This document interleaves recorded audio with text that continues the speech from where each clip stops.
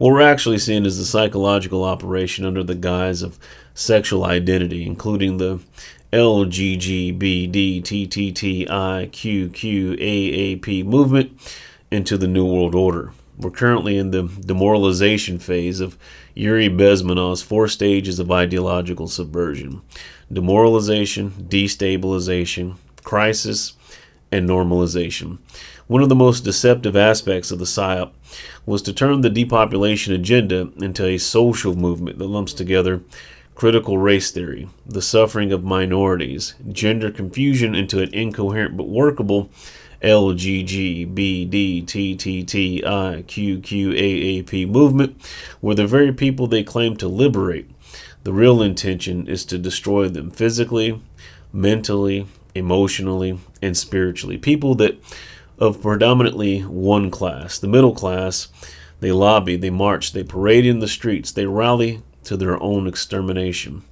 The elite conceived of the LBGDTTTIQQAAPP Psyop, now consolidated into pride, which people are proud to be groomed to create avatars, alter egos, or false identities around their specific type of lust as the end result of a well-crafted business plan. And so lust that leads to non-procreative actions or tendencies which result in the reduction of the population as a whole. Notice that pride gets its own month, whereas the 6 other deadly sins of lust, greed, sloth, gluttony, envy, and wrath are patiently waiting their turn. When someone criticizes this psyop, they think that they are being criticized because their identities are now completely engulfed in that system. And the New World Order agenda, the LBGDTTTIQQAAPP Psyop, is going to cost people a lot more. They see these constructs as deliberate linguistic frameworks intended to shape the conversation around sexuality for a purposeful slippery slope. This is so that they can continuously add new letters to the LGGBDTTTIQQAAPP framework to later enforce societal behaviors that lead to 100% compliance, specifically leaving out the straight people to provide the antithesis, or the angry, right-wing, Bible-believing, bigoted, hate-mongering, ultra-MAGA, QAnon-supporting, anti-vax, anti-science, gun-loving conspiracy theorists. Neither heterosexuality nor homosexuality are identities, but people have been fooled into thinking that they are. And so once you accept that, now you have entered the game and have to play by those rules. And within this game, terms like sex and sexuality and gender identity can be redefined. Positions can be changed and the goalposts can shift based on the culture. Whoever wins the culture war framed on these false identities will control the game, and whoever controls the game controls not only the culture but the world, since the whole world has been framed in this way.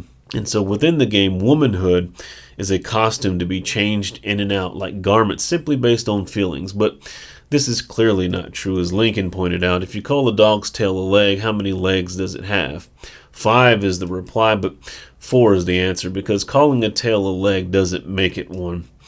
And so people that have traditionally stood for women's rights are now allowing men to dominate women's sports, or men to be recognized as Woman of the Year.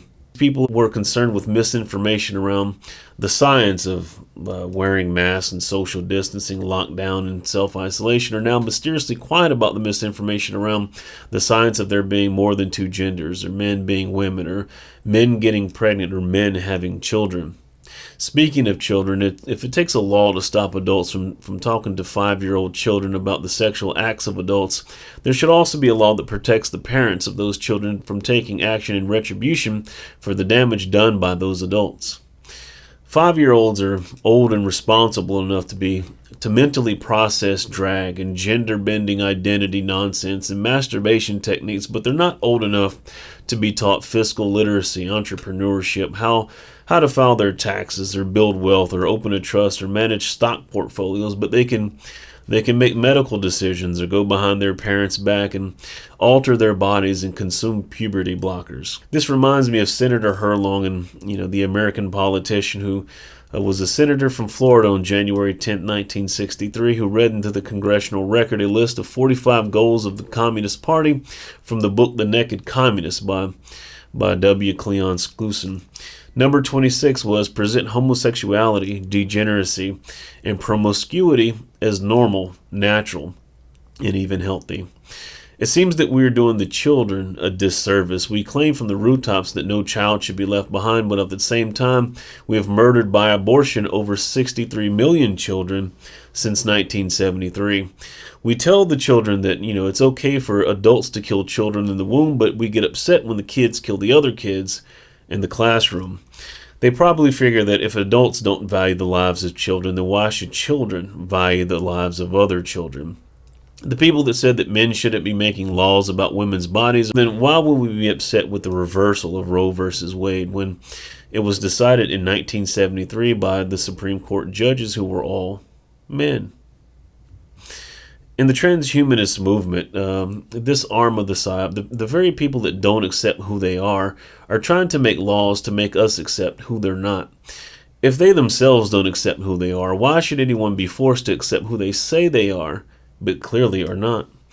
The goal of the Psyop for attaching itself to these issues seems to be a wholesale removing from the previous cultural norms.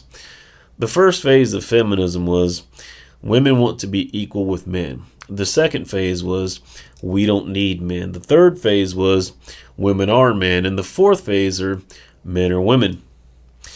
The LBGDTTTIQQAAPP Psyop is not a sexual identity movement. Paired with other so-called minority groups like BLM, they are grounded in what's known as culture or identity Marxism.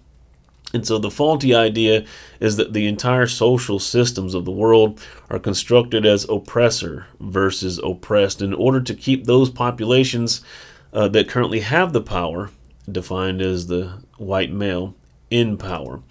Because these disenfranchised groups all occupy the oppressed category, they all belong together in the victims crowd, victims of the oppressor. So LBGDTTTIQQAAPP, as well as people of color, are oppressed, and their oppressors are simply those that do not belong in that group, regardless if they do any oppressing or not.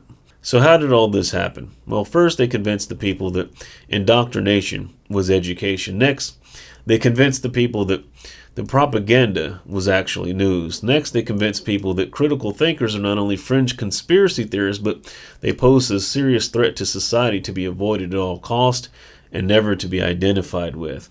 And when the Psyop is actually exposed and identified for what it actually is, those that are fooled by it defend it and are forced to support ridiculous positions like defining women as chest-feeding, frontal-birthing persons or period peoples with vaginas. Professing themselves to be wise, they became utter fools instead. Since we're now dropping traditional definitions in the name of the New World Order, gay now means two men of the opposite sex in a heterosexual relationship. Lesbian means two women of the opposite sex in a heterosexual relationship. Homosexuals are people that identify as cisgendered straight transsexuals. Non-binary means women that identify as male and female. People of color are now straight white homosexual men. Critical race theory is the systematic matriarchal oppression and colonization of white indigenous minority groups. Pro-choice means abortion should be illegal on demand. My choice, your body, as the slogan goes, where only women who identify as trans men have a say. Confused yet? Well, that's the point. Confusion is the strategy to divide and conquer, and what better way to do it than around ideas of race, sexuality, and bodily autonomy. It's all a clearly designed psychological warfare operation designed to destroy the middle class and usher in the New World Order. Creating a gay class of people to war against a heterosexual class of people in order to pass laws that restrict both classes of people is the plan. It's a classic problem, reaction, solution scenario. You pump tons of LGBTTTIQQAAPP propaganda Under the guise of love, equity, equality, freedom, and civil rights, conflict is created by hitting the most sensitive areas of the heterosexual, quote-unquote, majority, their children, through introducing them to ideas that blur the lines between what they think is normal, natural, and even healthy.